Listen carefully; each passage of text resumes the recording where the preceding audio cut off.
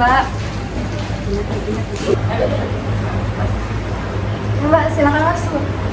Iya Bu, terima kasih. Ada waktu nggak? Silakan duduk, Mbak. Iya Ibu, terima kasih. Oke, gimana Mbak kabarnya hari ini? Cukup baik sih Bu. Cukup baik ya. Iya. Jadi perkenalkan, saya Erin Fatina Chandra. Di sini saya sebagai konselor kamu. Boleh perkenalan diri dulu Mbak? Saya Amel Bu. Oke, saya panggil Mbak Amel ya. Iya. Jadi sebelumnya Mbak udah pernah melakukan proses konseling belum? Belum pernah ya. Jadi saya jelaskan sedikit ya. Jadi dalam proses konseling nanti semua masalah yang Mbak ceritakan akan saya simpan rapat, dan juga saya harap dan untuk Mbak Amel semoga mau terbuka dan menceritakan masalahnya dengan leluasa kepada saya ya, agar kita nanti bisa mencari solusinya bersama-sama. Jadi apa nih yang bisa saya bantu Mbak? Jadi Bu, saya itu ada permasalahan dalam belajar. Saya itu suka menunda tugas. Suka menunda tugas? Iya. Mbak, maaf sebelumnya saya tanya, Mbak ini masih sekolah atau kuliah? Saya SMA kelas 12 Bu. Masih SMA ya? Iya. Biasanya Mbak menunda tugas itu semua tugas atau hanya beberapa tugas aja? Iya Ibu, saya itu suka ada PR. Nah, PR-nya itu tidak yang setiap hari, tapi ya begitu, suka nunda aja. Semua mapel itu? Khususnya sih Bu, kalau ada PR dari guru ya ada, kalau tidak ada ya tidak. Itu biasanya karena apa Mbak nggak mau mengerjakan tugasnya?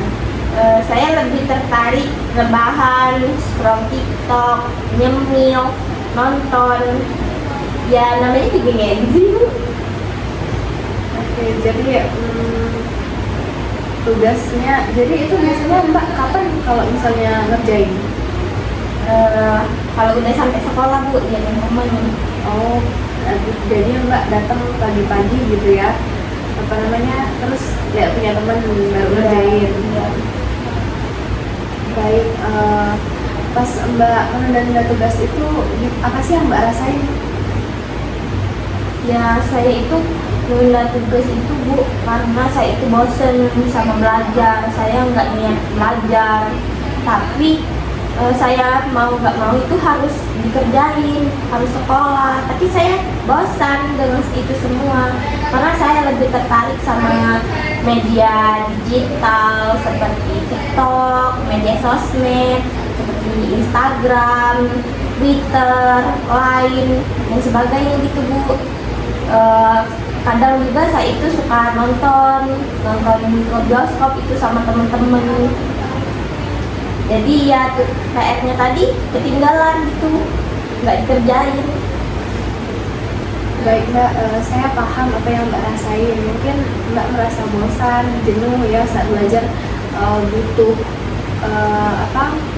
refreshing biar nggak monoton belajar terus-menerus gitu ya. Iya. Tapi Mbak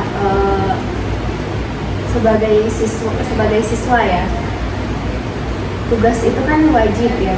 Jadi tugas itu memang sudah kewajiban sebagai siswa dan memang harus kita selesaikan ya Mbak. Baik, kebiasaan Mbak ini udah berlangsung dari kapan kira-kira? Dari kelas 1 SMA sih Bu, pas awal-awal masuk kemari. Nah saya itu Bu, gini nih ceritanya.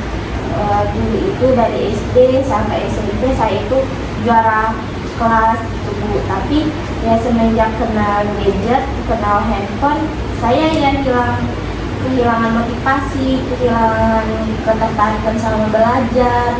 Nah saya itu turun nilainya, jadi saya dimarahin sama orang tua, dibilangin kenapa begini, Terus aku bilang aku udah gak mau lagi belajar, aku sudah bosan.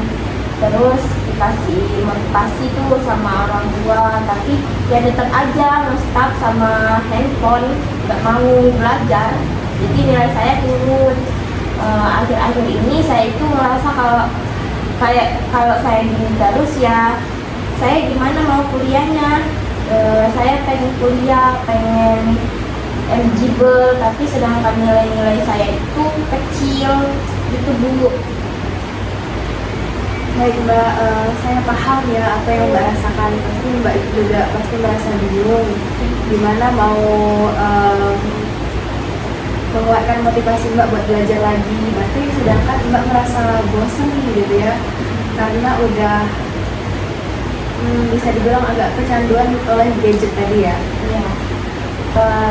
Saya di sini Bu sebenarnya mau minta saran sama Ibu. Bagaimana ya Bu, menurut Ibu tentang permasalahan saya alami? Bagaimana saya biar saya itu rajin lagi belajarnya, karena bentar lagi itu saya mau tes TKA Bu. Saya mau kuliah, saya pengen banggain orang tua lagi. Saya nggak mau lihat orang tua sedih sama kelakuan saya yang sekarang. Baik Mbak, saya kasih saran ya dari saya.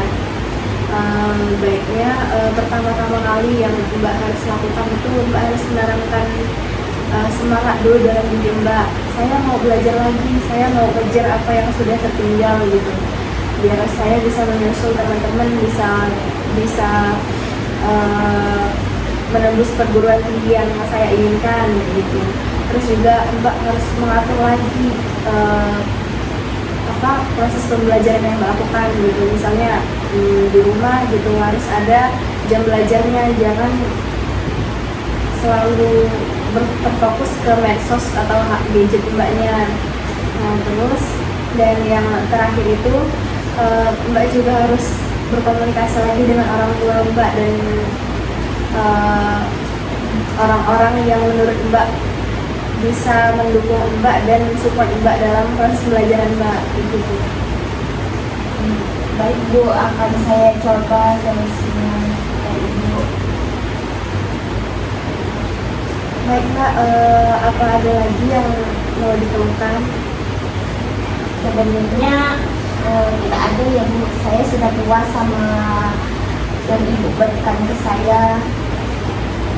Baik Mbak, terima kasih. Semoga kedepannya bisa berjalan dengan lancar ya. Ya Bu. Baik, kita cukupkan ya Mbak. Ya Bu. Kalau misalnya setelah ini masih ada yang mengganjal menurut Mbak atau masih mengganggu aktivitas belajar Mbaknya, Mbak bisa hubungi saya lagi untuk menjadwalkan sesi konseling lanjutan dengan saya ya. Ya Ibu. Terima kasih.